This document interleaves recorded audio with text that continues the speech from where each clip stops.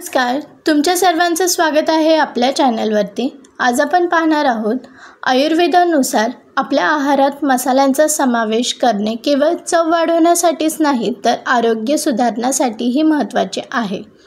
हे मसाले शरीरातील दोष संतुलित करतात, पचन सुधारतात आणि रोगप्रतिकारक शक्ती वाढवतात। खालील 5 मसाले प्रत्येक स्वयंपाकघरात असायलाच हवे। पहिली टीप आहे हळद। नैसर्गिक अँटीबायोटिक आणि रोगप्रतिकारक शक्ती वाढवणारी।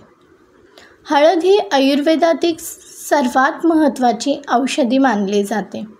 तिच्या कुरुक्युम नावाचा घटक असतो जो शरीरातील जंतू आणि विषाणू विरोधात लढतो। हळद नैसर्गिक अँटीबायोटिक असून शरीरातील सूज कमी करते आणि त्वचेसाठी अत्यंत फायदेशीर आहे। दररोज दुधात हळद घालून पिल्यास सर्दी, खोकला, सांधेदुखी आणि त्वचा विकार दूर होतात। हळदीचा वापर अन्नात केल्याने पचन सुधारते आणि जंतू संसर्ग टाळता येतो। दुसरी टीप आहे जिरे। पचन सुधारून शरीरातील विषारी घटक बाहेर टाकते। तर जिरे हे पचन संस्था सुधारण्यासाठी आयुर्वेदात खूप उपयुक्त मानले जाते। यामध्ये अँटीऑक्सिडंट्स, लोह आणि फायबर भरपूर प्रमाणात असतात जे शरीरातील विषारी घटक बाहेर टाकण्यास मदत करतात। जिऱ्याचे पाणी पिल्याने पचनशक्ती सुधारते, गॅस कमी होतो आणि वजन नियंत्रणात राहते।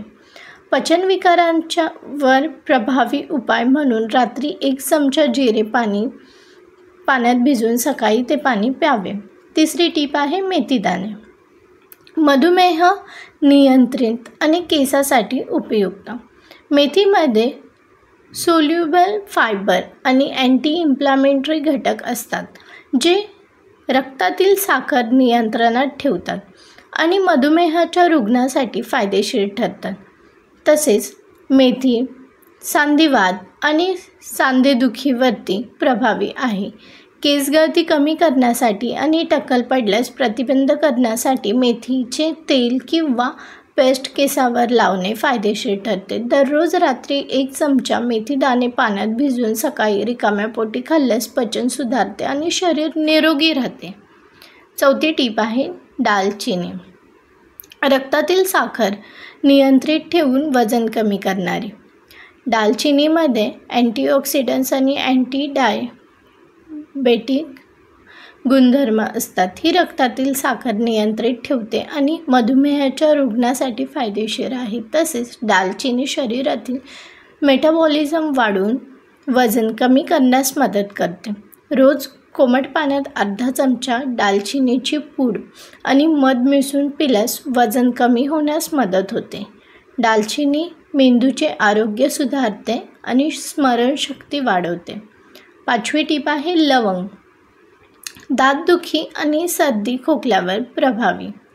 लवंगमध्ये अँटीबॅक्टेरियल आणि पेन रिलीव्ह गुणधर्म असतात, त्यामुळे दातदुखी, घशाचे विकार आणि सर्दी खोकल्यावर ती खूप प्रभावी ठरते।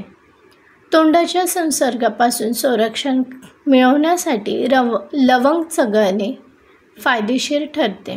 सर्दी खोकल्यावर लवंग, मध आणि आले टाकून बनवलेला काढा पिल्याने त्वरित आराम भेटतो। 6वी टीप आहे सुंठ। पचन सुधारून वातदोष कमी करणारी। सुंठ म्हणजे वाळवलेले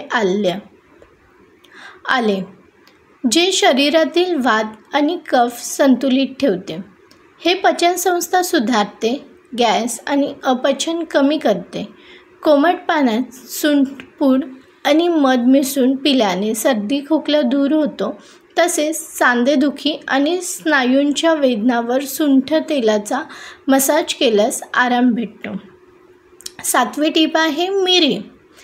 रोगप्रतिकारक शक्ती वाढवणारी आणि कफ नष्ट करणारी।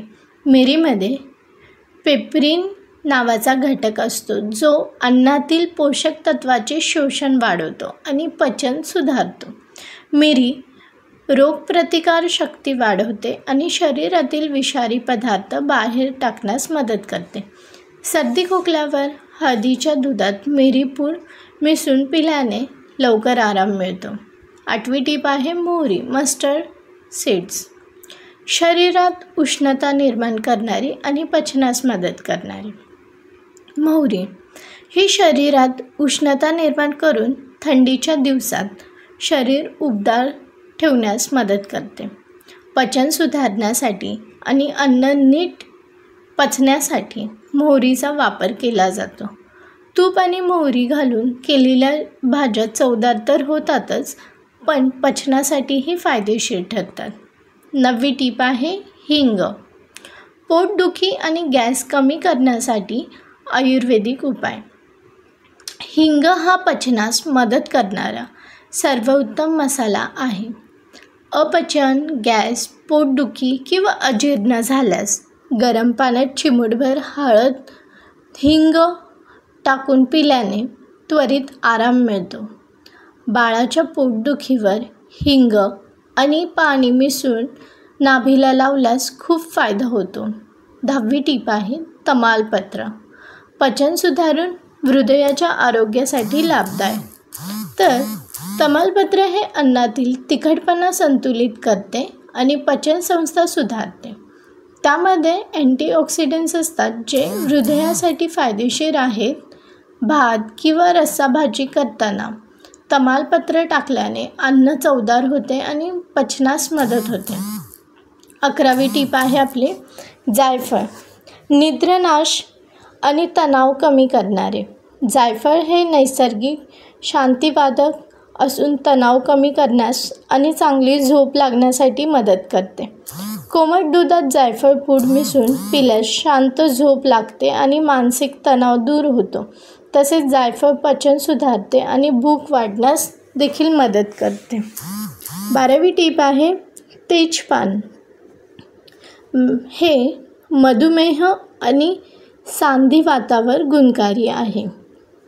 तेजपानमध्ये अँटी डायबेटिक आणि अँटी इन्फ्लॅमेटरी गुणधर्म असतात जे मधुमेहाच्या नियंत्रणासाठी आणि सांधेदुखीसाठी फायदेशीर असतात.